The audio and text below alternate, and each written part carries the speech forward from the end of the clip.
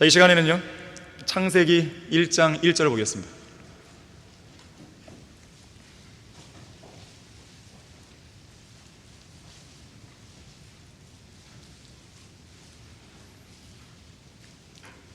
창세기 1장 1절 말씀. 태초에 하나님께서 하늘과 땅을 창조하시니라. 태초에 하나님께서 하늘과 땅을 창조하시니라. 자, 말씀을 위해 다 같이 하시겠습니다. 고마우신 아버지 하나님, 저희들에게 예배를 드릴 수 있는 특권을 허락해 주셔서 감사드립니다. 이것은 어디에서도 누릴 수 없는 특권입니다. 어느 누구도 이러한 특권을 우리에게 줄 수 없고 오직 하나님만이 주실 수 있습니다. 구원받은 그리스도인들로서, 예수 그리스도의 피로 깨끗해진 성도들로서, 하나님의 의를 선사받고 영원한 생명을 선물로 받은 성도들로서 우리가 누릴 수 있는 고귀한 특권인 것입니다. 우리는 이 땅에서가 아니라 속히 저 하늘에서 주님께 경배를 드리기 원합니다. 우리는 주님께서 속히 오시기를 바라는 것입니다. 다만 주님께서 우리에게 이 땅에서 허락하신 시간 동안 또 허락하신 일들을 우리는 수행해 나가기를 원합니다. 주님께서 항상 돌봐주시고 힘을 주시고 지혜를 주시고 또 용기를 주십시오. 오전에 이어 이 오후에도 우리는 말씀 앞에 앉아 있습니다. 이 말씀 앞에 우리의 마음을 열고자 합니다. 활짝 열고자 합니다. 주님께서 강력하게 역사해 주셔서 올바른 영적 분별력을 갖는 귀한 계기가 될 수 있도록 역사해 주십시오. 주 예수 그리스도 이름으로 기도했습니다. 아멘. 성경은 역사책이다 라는 제목으로 설교하겠습니다. 성경은 역사책입니다. 이건 참된 명제입니다. 성경을 단순한 종교 서적으로 취급하는 사람은 성경을 올바른 관점으로 읽지 않는 사람이에요.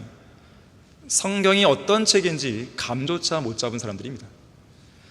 이 한 권의 책 안에는 세상의 어떤 책들보다도 과거, 현재, 미래 역사에 관한 더 많은 역사적이고 사실 그대로의 정보들과 절대적인 진리가 들어있는 것이죠. 성경은 결코 기독교라는 종교에 국한된 종교적인 책이 아닙니다. 어느 누구도 이 역사적인 특징을 부인할 수 없는 분명한 역사책이에요. 20세기 영국의 역사학자 에드워드 칸은 이렇게 말했습니다. 역사는 과거와 현재의 끊임없는 대화다. 과거와 현재가 서로 대화를 주고받는 거예요. 현재에 살고 있는 사람이 과거를 향해서 과거에 어떤 일이 있었는지 질문을 던지면 과거의 역사는 우리에게 뭔가를 답해준다는 거죠. 끊임없는 대화다. 과거와 현재가 긴밀하게 연결되어 있다는 것이에요. 물론 과거의 역사가 사람의 입처럼 입으로 말하는 건 아니죠. 우리가 던진 질문에 대해서 직접 대답하는 건 아닙니다. 과거의 역사가 우리에게 대답하는 방식은 과거의 역사 기록들이에요. 과거에 살았던 사람들이 남긴 여러 가지 많은 자료들, 역사 기록들을 우리가 수집하고 조사하는 가운데 우리가 던진 질문에 대한 답을 드릴 수 있는 것이죠. 그런 식의 대화를 말하는 거예요. 과거와 현재가 서로 그런 식으로 기록된 문서를 가지고 대화를 주고받는 거죠. 하지만 에드워드 카의 주장에는 한 가지 중요한 문제가 생깁니다. 내가 질문한 것에 대한 해답을 찾기 위해 내가 지금 수집한 모은 역사적인 자료들이 과연 믿을 수 있는 자료냐 이거예요. 누군가가 어떤 나쁜 의도를 가지고 조작했거나 왜곡한 자료들은 아닐까? 이런 의구심이 남는 거죠. 불확실성이 존재하는 것이죠. 더군다나 이 자료들이 조작되고 왜곡된 것은 아닌가 하는 의문을 해소하기 위해서 이 자료들의 진위 여부를 일일이 다 완벽하게 확인할 수도 없어요. 그걸 언제 다 합니까? 그럴 시간도 없고 능력도 없고 여력도 없어요. 자, 이런 상황에서 사람들이 할 수 있는 방법은 딱 한 가지입니다. 뭘까요? 믿는 거예요. 그 자료를. 자신이 수집하고 발견한 역사적인 자료들을 자기 나름의 기준을 가지고 이 자료들은 옳은 거야 라고 믿는 거예요. 그래서 역사라고 하는 것은 믿음의 대상입니다. 사실상 어떤 사실관계를 확인하는 대상이 아니라는 거예요. 내가 그 역사적인 사건들을 직접 두 눈으로 보지도 못했고 두 귀로 듣지도 못했고 내가 몸소 경험하지는 못했잖아요. 일일이 구체적으로 확인할 수 없는 이상 내가 수집하고 확보한 자료들이 옳다고 여기면서 믿고 신뢰할 수밖에 없는 거죠. 여러분들이 학창시절에 학교 교실 안에서 선생님으로부터 배운 역사적인 모든 내용들이 다 그런 식입니다. 여러분들 가운데 선생님들에게 선생님 그거 진짜예요? 이렇게 말하지 않잖아요. 그냥 받아들이는 거죠. 수용하는 거죠. 왜 그럴까요? 믿으니까요. 선생님이 가르쳐준 것인데 틀릴 일이 있겠어. 공교육 과정에서 제시한 자료들인데 틀릴 일이 있겠어. 그냥 믿는 겁니다. 하지만 역사의 주인공이신 예수 그리스도를 배제한 채 기록한 모든 세속 역사는 편견과 오류로 가득 찰 수밖에 없다는 것을 기억하셔야 돼요. 그런 식의 역사책들은 하나님을 불쾌하게 만드는 것이죠. 세상에서 유일무이하게 오류가 없고 왜곡되지 않았고 어떤 편견도 없는 참된 역사책은 성경책이 유일한 것이죠. 엄밀히 말해서 하나님께서는 성경을 기록하실 때 처음부터 역사책으로 쓰실 생각이셨습니다. 그렇지 않았다면 창세기 1장 1절에서 성경의 첫 머리를 전혀 종교적이지 않은 내용으로 시작하셨을 리가 없어요. 태초에 하나님께서 하늘과 땅을 창조하셨느니라. 이 구절에는 종교적인 색채가 거의 없죠.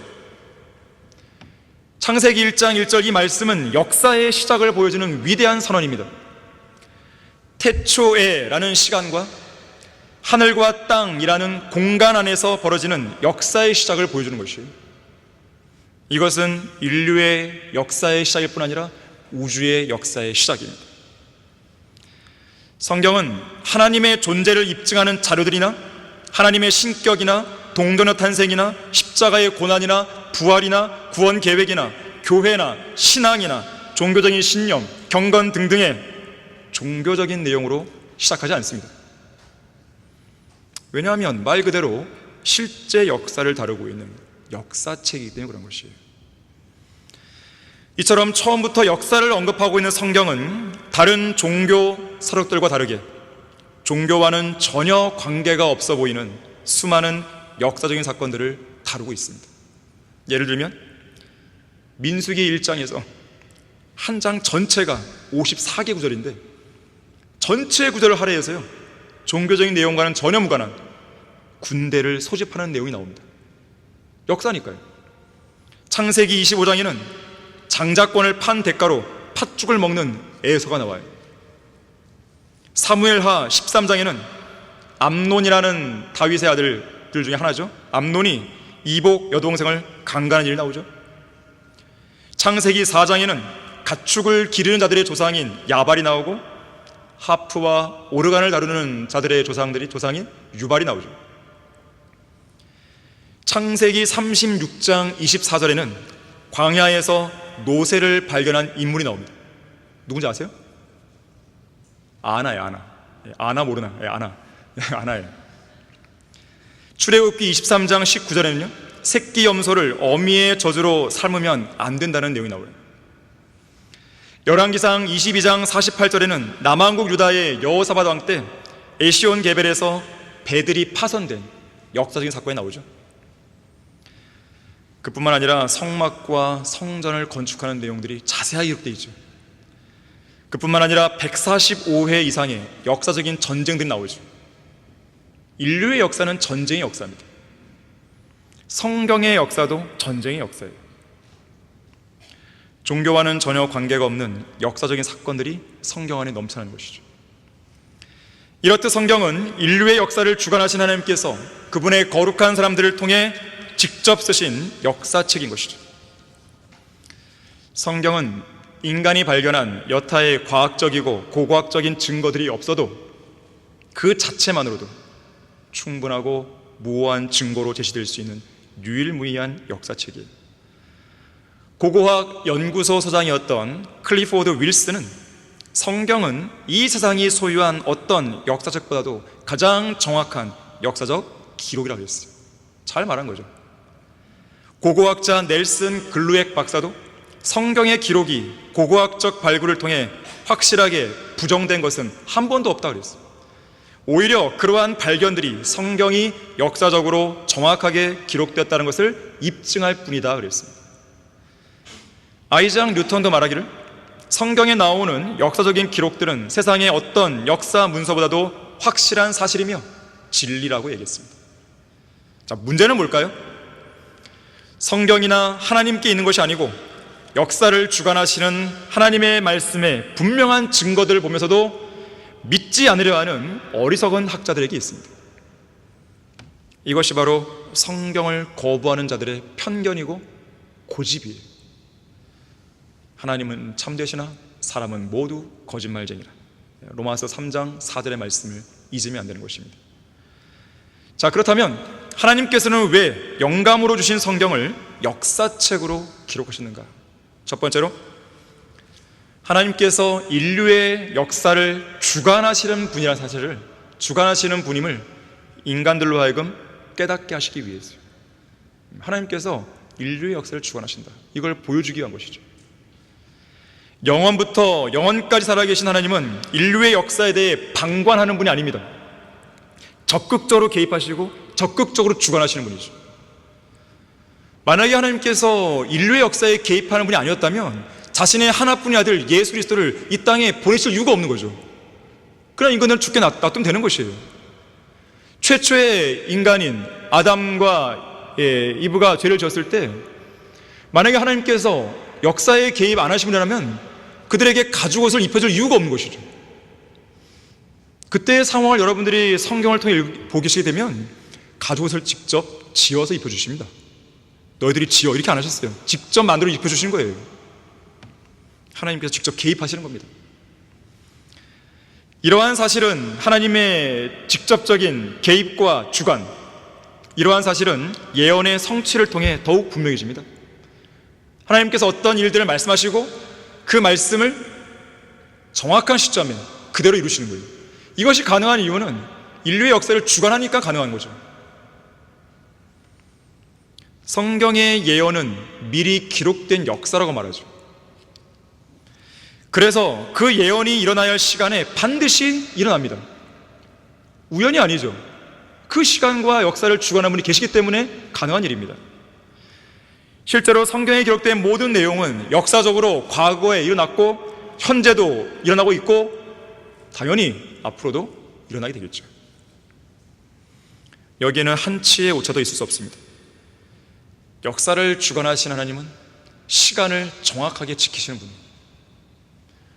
사람들은 자주 이야기하죠. 정말로 하나님께서는 자신의 약속들을 정확하게 성취하실 만큼 주변 상황과 모든 역사적인 변수들을 통제하실 수 있고 주관할 수 있는가? 그런 의구심을 가져요. 하지만 우리가 성경을 통해 확인한 것은 뭐냐면 하나님께서는 친히 예언하신 말씀들을 성경에 기록하신 그대로, 특히 예언이 성취될 그 기한에 정확히 맞추어서 얼마나 놀랍도록 정확하게 성취했는지를 보여주고 있는 것이죠. 자, 몇 가지 사례를 볼 텐데요. 창세기 6장 3절을 보십시오.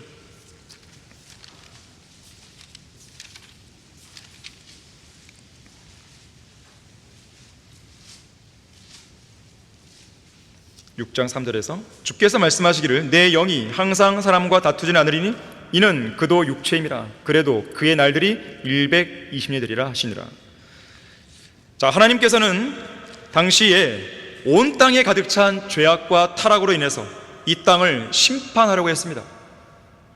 노아의 홍수를 통해서 하려고 하셨던 것이죠. 그런데 여기에 120년이라는 유예의 기간을 주신 거예요. 하지만 당시에 노아의 가족 8명을 제외하고는 아무도 120년 뒤에 있을 심판을 믿지 않았습니다. 그때까지 땅에는 비 한 방울 내리지 않았고 방주라는 것도 그때까지 누가 만들어 본 역사가 없었거든요. 그런데 하나님께서는 노아에게 120년 뒤에 홍수로 이 땅을 심판하겠으니 방주를 지으라고 명령하신 거예요. 많은 사람들이 노아를 조롱했죠. 자, 그런데 하나님은 119년도 아니고 121년도 아니고 정확하게 120년 뒤에 온 세상을 휩쓰는 홍수를 내리신 거예요. 자, 창세기 15장 보십시오.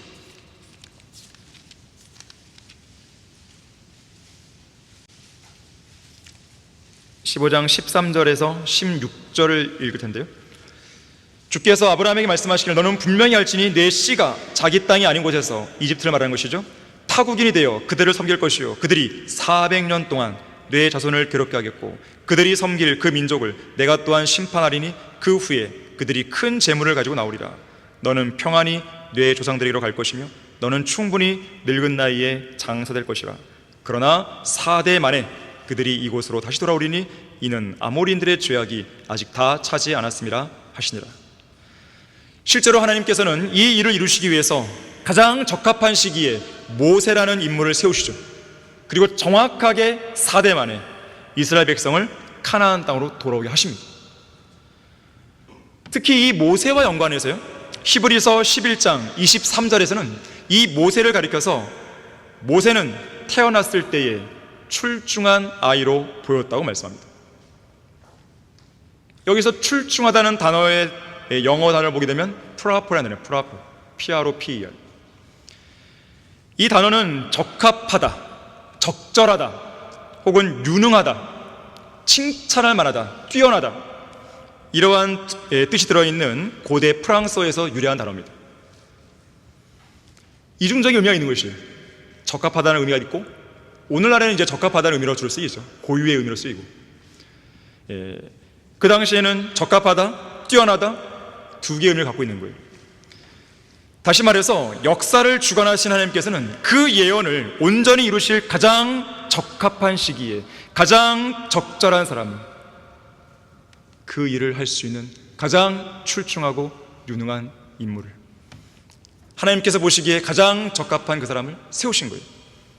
그리고 아브라함에게 약속하신 그 예언을 더도 말고 덜도 말고 아주 정확한 시기에 성취할 수 있도록 하신 것입니다.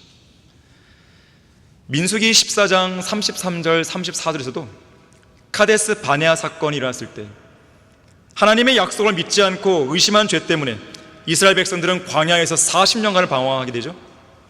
그리고 그들의 죄를 짊어지고 광야에서 죽어야 한다고 하나님께서 말씀하셨습니다. 왜 40년이죠? 정탐꾼들이 가나안 땅을 탐지한 날이 40일 아니 40일, 하루를 1년으로 잡은 거죠. 그래서 40년 동안 너희들은 광야에서 방황해야 된다, 그 말씀하신 거예요. 마찬가지로 주님은 친히 이 약속을 이루십니다. 정확히 40년 동안 그들이 방황하는 것이죠. 또한 예레미야 25장 9절부터 11절에서 언급된 70년간의 바빌론 포로 생활도 한치의 오차도 없이 그대로 이루어지는 것이죠. 하나님께서는 바로 그 70년의 끝에 바빌론을 멸망시키고 유다를 바빌론 포로에서 돌아오게 하실 새로운 왕, 페르시아의 코레스 왕을 세우시게 되죠. 우리는 이 사건을 다니엘 5장에서 확인할 수 있는데, 당시 바빌론의 마지막 왕 벨사살은요, 페르시아의 군대가, 코레스의 군대가 그 바빌론을 포위한 이 상황에서도, 이 위험천만한 상황에서도 뭐하고 있었습니까? 요새화된 난공불락의 이 성만 믿고 태평하게 잔치를 베풉니다. 아니, 미치지 않고서 어떻게 이길 수 있겠어요? 그런데 벨사살은 잔치 도중에 손가락이 나타나는 것을 보게 되죠. 벽에 글씨를 쓰고 있는 경악스러운 장면을 목격합니다. 즉시 현자들을 불렀어요. 저 손가락에 쓴 글씨가 뭐냐? 해석해봐라. 아무도 해석 못합니다. 결국 다니엘이 들어오게 되죠. 다니엘에게 말합니다. 그대는 이것을 읽을 수 있느냐? 이 내용이 무슨 뜻이냐? 이것을 내게 해석해주면 이 나라에서 너에게 세 번째 치자로 만들어줄 것이다. 다니엘은 이렇게 말합니다. 내가 그것을 읽고 해석해줄 수 있습니다. 하지만 그렇다고 해서 셋째 치자? 그런 건 필요 없습니다. 왜냐하면 다니엘은 뭘 본 거예요? 이 나라가 망한 나라를 본 거죠. 이런 망할 나라에 저는 이 안에서 어떤 명예를 누리고 셋째 치자 되는 것 저는 원치 않습니다. 하나님께서는 이 왕국을 저울에 달아 헤아려 보셨는데 함량 미다림을 보이셨습니다. 이제 이 바벨론 왕국을 끝장내기로 작정했습니다. 이 왕국은 이제 곧 멸망할 것입니다. 다니엘은요, 이제 곧 다가올 미래의 역사적인 사건을 예언의 말씀을 통해 이미 알고 있었습니다. 그 글씨를 통해서 바벨론의 멸망을 알았지만 바로 이때쯤 바벨론이 멸망할 것이라는 것을 이미 다니엘은 예언을 통해 알고 있었어요. 자, 다니엘 9장 1절 2절을 보십시오.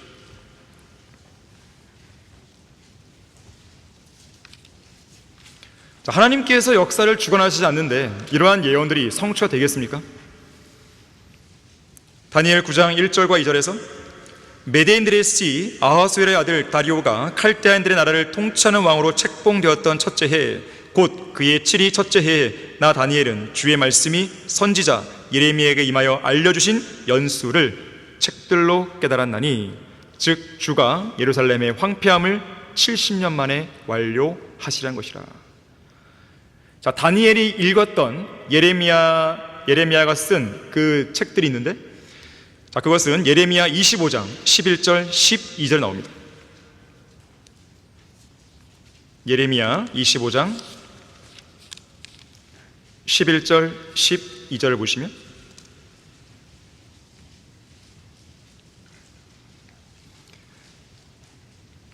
그리하면 이 온 땅이 황폐함과 경악거리가 되며 또 이 나라들은 바빌론 왕을 70년간 섬기리라. 70년이 차면 내가 바빌론 왕과 그 민족과 칼데아인의 땅을 그들의 죄악으로 인하여 벌하리니 그 땅을 영속적으로 황폐케 하리라. 주가 말하노라.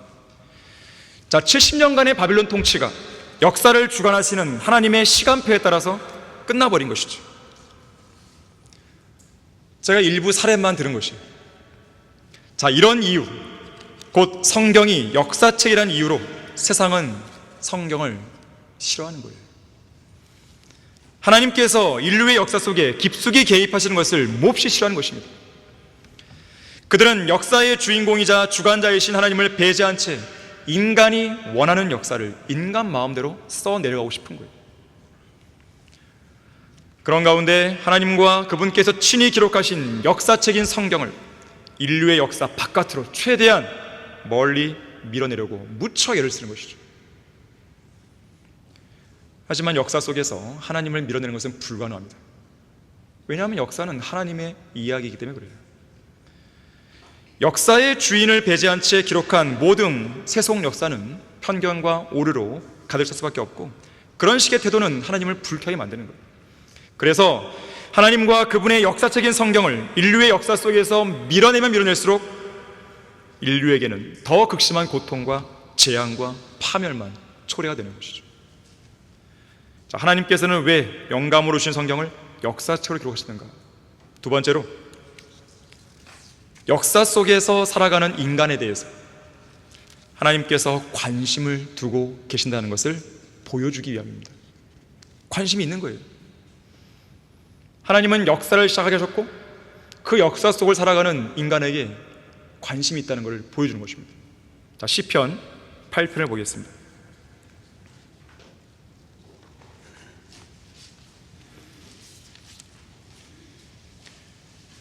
시편 8편 3절 4절을 보시면,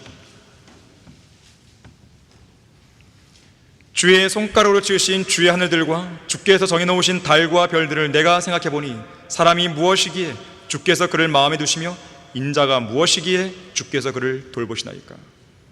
다윗의 질문이에요. 저 하늘들과 달과 별들을 볼 때 정말 인간은 아무것도 아닌데 어떻게 하나님께서는 이런 아무것도 아닌 인간에게 관심을 두시냐 이거예요. 하나님은 친히 창조하신 사람들을 마음에 두고 계십니다. 직접 손으로 만드신 인간들에게 마음을 두시는 거예요.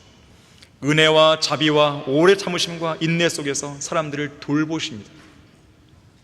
시편 144편 3절에서는요, 하나님께서 사람을 알아주시고 또 존중해 주신다고까지 말합니다.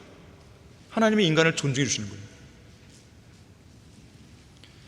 하지만 인간은 하나님을 존중하지 않죠. 하나님의 말씀도 무시하죠. 하나님과 그분의 말씀의 권위에 도전하죠. 의심을 품죠. 비웃죠. 조롱하죠. 심지어 하나님의 영광을 썩어질 것으로 바꿔버리죠. 자, 그런데도 자비로우신 하나님은 오늘도 이곳 지구상에 사는 80억 가까이 되는 사람들의 호흡을 주관하시고 그들의 생명을 유지하십니다. 사람이 무엇이기에 주께서 그를 마음에 두시며 인자가 무엇이기에 주께서 그를 돌보시느냐. 성경은 인간에 대해 뭐라고 말씀합니까? 너희 생명이 무엇이냐? 잠깐 보이다가 사라지는 안개라 그랬습니다. 시편 144편 4절에서는 사람은 헛것과 같다 그랬어요. 그의 날들은 지나가는 그림자 같다 그랬습니다. 초림 당시 예수님께서는 여리코 성으로 가시다가 길가에 앉아 구걸하는 소경 바디메오를 보시고 이렇게 물으셨어요. 내가 너에게 무엇을 하여 주기를 원하냐? 자, 이것은 안개와 같고 헛것 같으며 지나가는 그림자 같은 그야말로 보잘것없는 우리 더러운 죄인들의 입장에서 볼 때 얼마나 감동적인 장면인지 모릅니다. 바디메오는 소경이었잖아요. 길가에 앉아 구걸했죠. 더러운 거지였습니다. 자, 우리 역시 구원받기 전에는 눈이 멀어 있었고 앞 못 보는 소경이었죠. 환락과 쾌락을 쫓아서 어두컴컴한 뒷골목이나 길가를 배회하는 죄인들이었습니다. 버림받은 유기견처럼 이리저리 밤길을 어슬렁거렸죠. 돌아다니다가 배가 고프면 쓰레기통이나 뒤지면서 살았던 자들이죠. 또한 우리는 악한 현 세상이나 이 세상 신인 마귀로부터 뭐라도 얻어먹을 게 없나 하고 손 내밀고 구걸하는 사람들이었죠. 온갖 죄로 더러워진 거지로서 인간의 의나 종교적인 의로 그 더러운 모습을 조금이나마 가려보려고 했던 사람들입니다. 하지만 가리면 가릴수록 더러운 걸레만이 더 드러나는 것이죠. 바로 그때 예수님은 바디메오에게 물었던 것처럼 우리에게도 관심을 표명하시면서 우리를 마음에 두시면서 이렇게 물으시는 거예요. 내가 너에게 무엇을 하여 주기를 원하냐? 네, 주님, 저는 구원하고 싶습니다. 저는 지옥 가고 싶지 않습니다. 하늘나라에 가고 싶습니다. 영원히 살고 싶습니다. 이 지긋지긋한 세상에서 하루속히 벗어나고 싶습니다. 돈이 필요합니다. 직장이 필요합니다. 결혼을 하고 싶습니다. 제게도 자녀를 허락해 주십시오. 너무 몸이 아파서 못 견디겠습니다. 빨리 낫게 해주십시오. 상처받은 마음을 치유해 주십시오. 제 가정을 회복시켜 주십시오. 이 죄의 악순환의 고리를 끊을 수 있도록 해주십시오. 저를 압박하고 괴롭히는 마귀의 세력들을 물리쳐 주십시오. 예수님께서는 아무도 거들떠보지 않았던 바디메오에게 관심을 보이셨어요. 길가에서 구걸하든 말든 아무도 관심을 두지 않았던 바디메오에게 관심을 표명하셨습니다. 창조주 하나님께서는 불쌍하고 가련하고 죄 많고 거지 같은 우리 인간들을 마음에 두시고 관심을 가지신 것이죠. 대단히 큰 자비고 대단히 큰 은혜입니다. 전지전능하신 창조주 하나님께서 온 우주에서 먼지 조각에 불과한 인간들, 죄인들에게 관심을 두고 계신 거죠. 시편 104편 29절에서는 주께서 얼굴을 숨기시면 그들은 곤란해지며, 우리가 곤란해진다는 뜻이죠. 주께서 그들의 숨을 거두어 가시면 그들이 죽어서 그들의 흙으로 돌아가리라 그랬습니다. 자, 그런데 우리는 아직 살아있고 우리는 여전히 숨을 쉬고 있고 우리는 여전히 흙으로 돌아가지 않았습니다. 하나님께서 관심을 두고 계신 결과죠. 하나님께서 우리의 생명의 호흡을 주관하시고 있는 결과죠. 하나님의 섭리적인 간섭과 돌보심이 없었다면 불가능한 일인 것이죠. 전 세계적으로 사람들은 1초에 평균 3명씩 죽어갑니다. 1초에 3명이 지금 살아있잖아요. 하나님께서는 전혀 존중할 가치조차 없는 이 무지하고 완고한 인간에게 관심을 보이시는 것이죠. 과연 이유가 무엇인가? 고집불통에 통제가 불가능하고 정욕대로 살고 죄인으로 태어나서 죄만 지고 살다가 죽어서 영원한 불못에 던져질 밖에 없었던 우리를 오래 참으시는 이유가 뭐냐 이거. 그러면서 우리가 주님께 나오기를 기다리시고 또 기다리신 이유가 뭐냐 이거. 죄의 삭은 사망인데 죄를 짓는 즉시로 당장 안 죽이시고 살려주시는 이유가 뭐냐 이거예요. 여러분은 시간을 내서 한번 곰곰이 생각해 봐야 됩니다. 아무런 가치도 없는 이 쓸모없는 자들을 주님께서 관심을 두시고 마음을 쓰시고 가치 있게 만들어주시고 우리의 생을 의미 있게 만들어주시는 그 이유가 뭐냐 이거예요. 여러분이 진지하게 그것을 생각하게 되면 하나님의 자비밖에는 답이 안 나오는 거예요. 우리가 뭐 예뻐요? 아니 뭐 잘났어요? 뭐가 있어요? 하나님의 자비구나. 그래서 우리는 예수 그리스도의 피만 붙드는 것이에요. 그거 말고 희망이 없는 거예요. 도대체 사람이 무엇이기에 하나님께서는 사람을 마음에 두시고 그를 돌보시는 것인가? 사람에 대한 그분의 돌보심과 은혜와 자비 그리고 사랑은 2000년 전 예수 그리스도의 죽으심을 통해 확고하게 입증된 것이에요. 죄의 전가, 의의 전가, 이걸 통해서 예수님은 우리의 죄를 다 가져오셨고 우리는 하나님의 의를 소유하게 된 것이죠. 하나님의 자비, 하나님의 은혜. 빌립보서 2장 8절에서는 예수님께서 죽음에까지 순종했다는데 그냥 죽음이 아니었어요. 십자가의 죽음.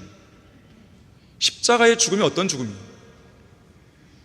죄인으로서의 죽음입니다. 죄덩이가 된 죽음입니다. 저주가 된 죽음이에요.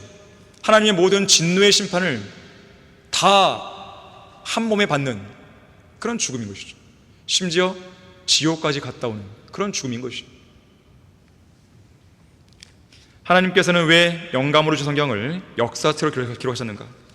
세 번째로 역사를 통해 교훈을 배우게 하기 위해서요. 로마서 15장 4절을 보십시오.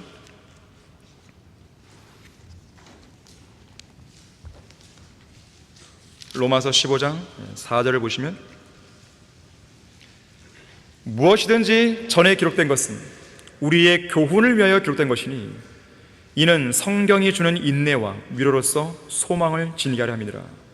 자, 무엇이든지 전에 기록된 것. 어떤 다른 인간들이 쓴 역사적인 기록을 말하는 게 아니에요. 문맥상 뭐라 그럽니까? 이는 성경이 주는 인내와 그랬어요. 즉 구약성을 말하는 것이죠. 역대기상 1장 1절부터 9장 44절까지 총 9개의 장 407개의 구절에서는 지극히 평범한 사람들의 이름들로 꽉 차 있습니다. 다른 내용은 없어요. 이름들만 쭉 나가는 거예요. 이 9개 장에서. 이런 사람들의 명단이 기록된 부분을 읽으면 종종 지루하고 따분하게 느껴지기도 하죠. 러크만 목사님도 처음에는 성경 전체를 읽을 때, 즉 통독을 할 때 역대기상 1장부터 9장까지 이 이름들의 길고 긴 목록들을 읽는 것이 좀 망설여진 때가 있었다래요. 그래서 대충 지나가거나 건너뛰거나 이래버린 거죠. 한 번은 하나님께서 그런 러크만 목사님의 행동을 지적하십니다. 아니 너는 성경 전체를 다 읽지도 않았으면서 사람들에게 80회나, 그 당시에 80회 읽었는데요, 80회나 성경을 읽었다고 말하며 거짓말하지 말아라. 너는 마태복음 4장 4절의 말씀을 기억하고 있냐? 그러나 주께서 대답하여 말씀하시기를 기록되었을 때 사람이 빵으로만 사는 것이 아니요 하나님의 입에서 나오는 모든 말씀으로 사냐고 하느라 하시더라. 너는 항상 그 말씀들에 관해 이야기하지 않느냐? 이제부터는 느긋하게 성경의 그 말씀들도 읽어라 그랬어요. 자, 명단도 하나님의 말씀들입니까? 말씀드리죠. 말씀드려요. 영감으로 주신 말씀드리죠. 그런 일이 있은 다음 러크만 목사님은 마음이 느긋해졌다고 그랬습니다. 그러면서요 이런 생각을 하게 됩니다. 분명 그 따분하게 보이는 말씀들 속에서도 무언가 교훈이 있겠을 거다. 무언가 어떤 복을 받을 수 있을 거야 라는 생각을 가졌다고 그래요. 그래서 실제로 그런 복을 받고 그런 교훈을 얻게 되었는데요, 그렇게 따분하게 보이는 장들 중에서 특히 역대기상 26장을 읽던 중에 5절에서 그 복을 마주하게 됩니다. 역대기상 26장 5절을 보십시오.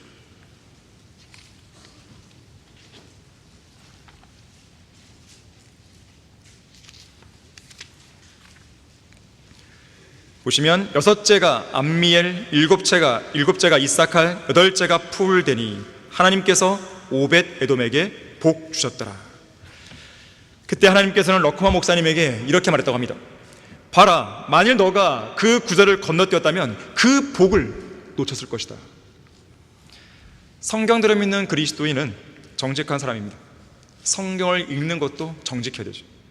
정직하고 순수한 마음으로 읽다 보면 성경의 어떤 한 구절도 소홀히 여길 수 없음을 깨닫게 됩니다.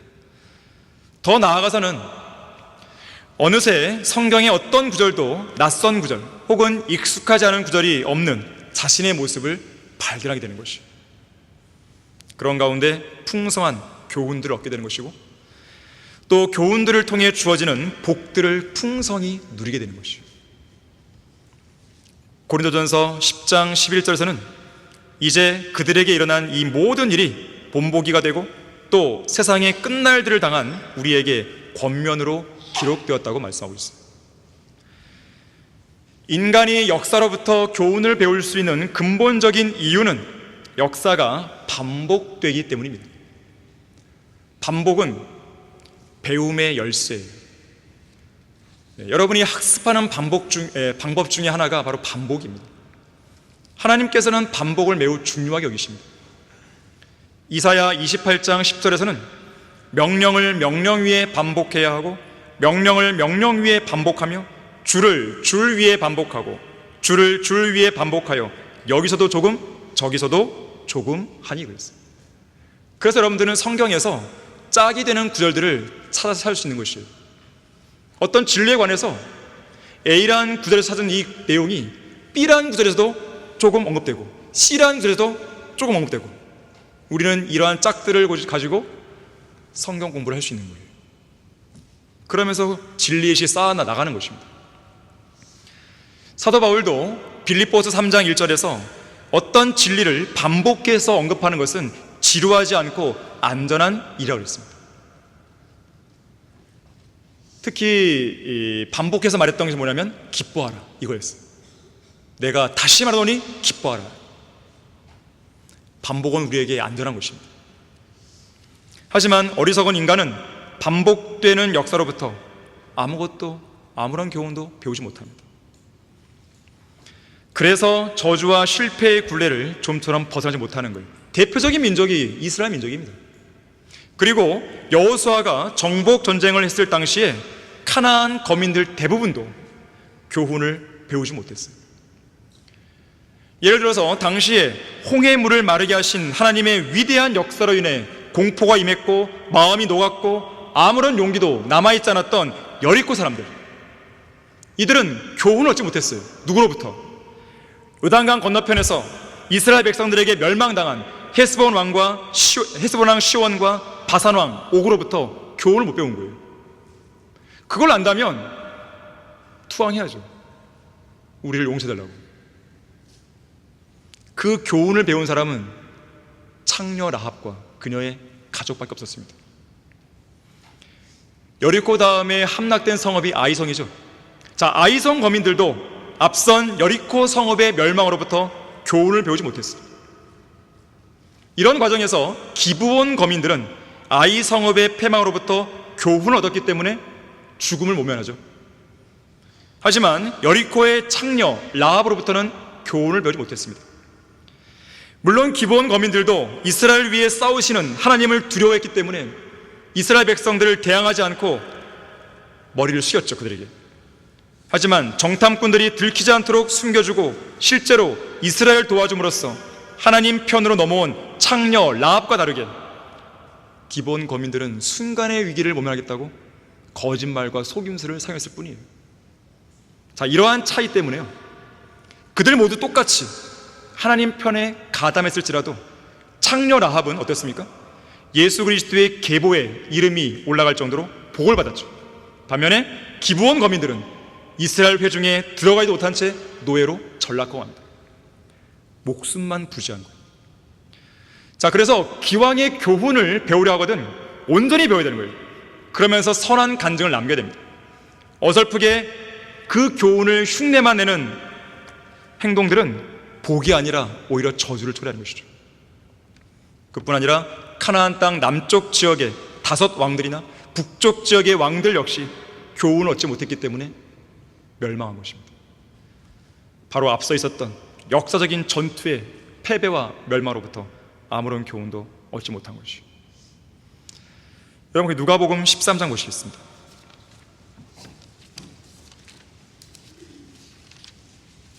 누가복음 13장 1절에서 5절까지 말씀을 보십시오.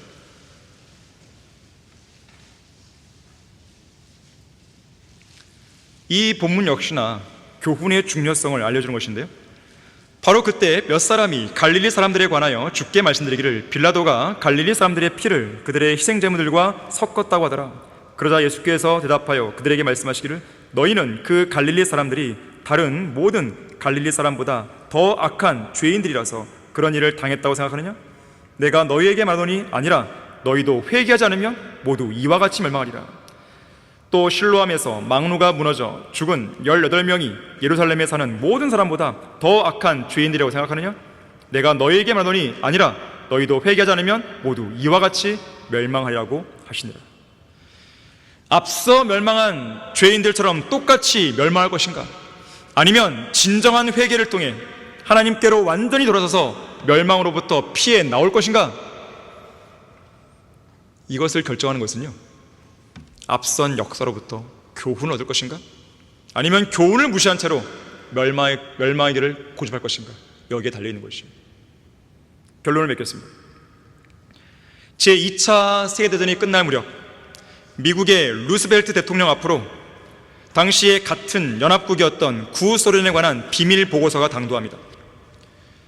전쟁 이후에 구소련과의 관계를 구상 중이던 루스벨트를 위해서 윌리엄 블리트라는 사람이 당시 초대 러시아 주재 대사였습니다.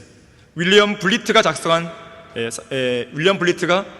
자료를 작성해 준 것이에요. 그는 공산주의가 자유세계를 위협할 것이라고 전망했습니다. 스탈린을 경계해야 한다고 루스벨트에게 직언했어요. 공산주의 국가와의 협력은 본질적으로 불가능하다고 말했습니다. 특히 스탈린은 믿을 수 없는 사람이라고 적시했어요. 하지만 루스벨트는 그 위험성을 간과해버립니다. 경계를 늦춥니다. 스탈린도 천성은 사악하지 않아, 이런 환상을 품습니다. 그리고 자신의 외교력으로 스탈린을 설득할 수 있다는 자만에 빠져버려요. 끝내 윌리엄 블리트 대사의 조언을 묵살하고 맙니다. 심지어 루스벨트는 스탈린을 가리켜서 조 아저씨, 엉클 조, 이렇게 부르면서 친근한 이미지로 만들어버려요. 미국 언론기관과 영화사들은 수많은 사람을 죽음으로 몰아간 잔인한 독재자 스탈린을 자유세계 국가의 시민들이 좋아할 인물로 포장해버립니다. 특히 루스벨트에게는 측근이 있었는데 엘저 히스라고, 사실상 구소련에 포섭된 고정 간첩이었습니다. 이 엘저 히스를 경계하려는 충고를 여러 번 들었어요, 루스벨트는. 하지만 왜 공산주의자가 나쁘냐? 이런 식으로 화를 내기까지 했습니다. 결국 미국의 협상 전략은 구소련으로 유출되었고, 스탈린은 1945년 얄타 협정을 통해서 자기가 원하는 모든 것들을 얻어냅니다. 반면에 루스벨트는 이 협정에서 아무것도 얻지 못했고, 심지어 스탈린에게 인권 문제, 왜 사람들을 그렇게 많이 죽이냐, 이런 인권 문제를 꺼내지도 못했어요. 뒤늦게 속은 것을 깨달은 루스벨트는 자기의 측근에게 이렇게 말합니다.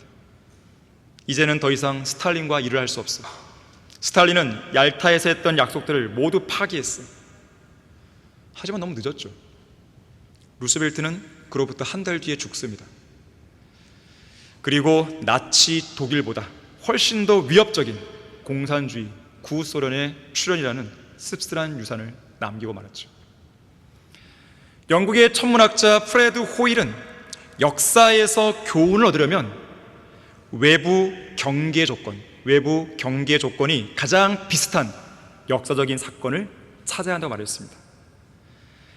우리나라의 현 정부가 처한 상황과 가장 비슷한 외부 경계 조건은 러시아가 우크라이나를 침공한 사건입니다.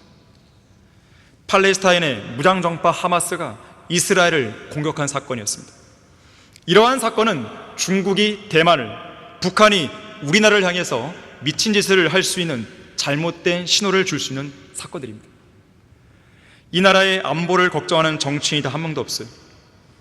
모두들 당리당략을 위해서, 대선 승리를 위해서만 혈안이 되겠죠. 특히 민주당의 대선 후보는 자기 범죄를 방탄하기 위해서 어떻게든지 대통령이 되려고 하고 있어요. 그의 아내가 하는 행동들 보세요.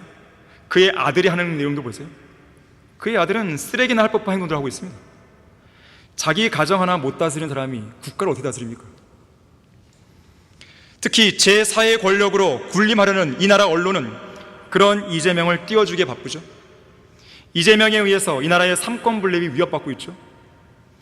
국가 재정에 아랑곳하지 않고 이재명에 의해서, 즉 퍼주기식의 그런 포퓰리즘 정책이 실현되면 이 나라는 차베스의 베네수엘라처럼 망해버릴 수도 있습니다. 중국과 대만 사이에서 쉐시하면 된다는 이재명 방식의 외교로는 한미 동맹도 위태로워지는 거예요. 이 나라 집단 지성이 엉망진창입니다. 이상한 여론조사 결과들이 나오는 거예요. 집단 지성이라고 하는 것은 절대적인 기준, 성경적인 기준에 따라서 올바르게 판단 내릴 때 의미가 있는 것이죠. 그리고 올바른 힘을 발휘할 수 있는 것이에요. 하지만 상대적인 기준에 따른 집단 지성은 오히려 혼란만 가중시킵니다. 하나의 국가를 파멸로 이끌 수도 있는 것이에요. 우리가 기도해야 하는 이유가 바로 여기에 있습니다. 우리가 하나님만을 신뢰해야 하는 이유가 여기 있습니다. 우리가 하나님의 도우심을 구해야 하는 이유가 바로 여기에 있어요. 우리가 하나님의 자비하심을 구해야 하는 이유가 여기에 있어요. 어리석은 국민들에게는 어리석은 리더를 하나님은 허락하시는 거예요. 그것도 하나님의 심판입니다. 사람이 역사로부터 배우는 유일한 교훈은 사람은 역사로부터 아무것도 배우지 못한다는 거예요. 과거의 역사와 과거의 실패로부터 교훈을 배우지 못하는 사람은 마치 자기가 토한 것으로 돌아가서 그 더러운 구토물을 다시 열심히 먹어치우는 개와 같아요. 이것은 한 개인의 문제에만 국한되는 게 아닙니다. 역사로부터 교훈을 배우지 못하는 국가도 마찬가지예요.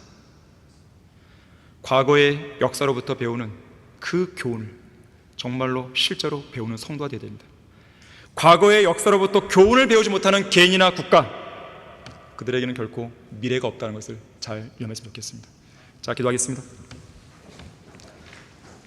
위대하신 아버지 하나님, 주님께서는 우리에게 진리의 말씀을 제시함으로써, 특히 역사책인 진리의 성경을 제시하심으로써 우리가 풍성한 교훈들을 배우고 많이 깨우치기를 원하고 계십니다. 우리 그리스도인들은 그래야 됩니다. 주님께서 우리에게 주신 66권의 이 성경, 한 권의 이 성경, 이것을 있는 그대로 우리는 믿고 그것에서 교훈을 찾고 우리는 많은 것들을 배우고 또 많은 위험들을 우리는 사전에 차단해야 되는 것입니다. 이 나라를 불쌍히 여기주십시오. 이 나라를 불쌍히 여기주십시오. 모든 악의 세력으로부터 보호해 주십시오. 이 땅에 성경들을 믿는 그리스도인을 특별히 기억해 주십시오. 우리가 믿음의 생활을 잘 영위할 수 있도록 이 나라를 보호해 주십시오. 주 예수 그리스도 이름으로 기도했습니다. 아멘.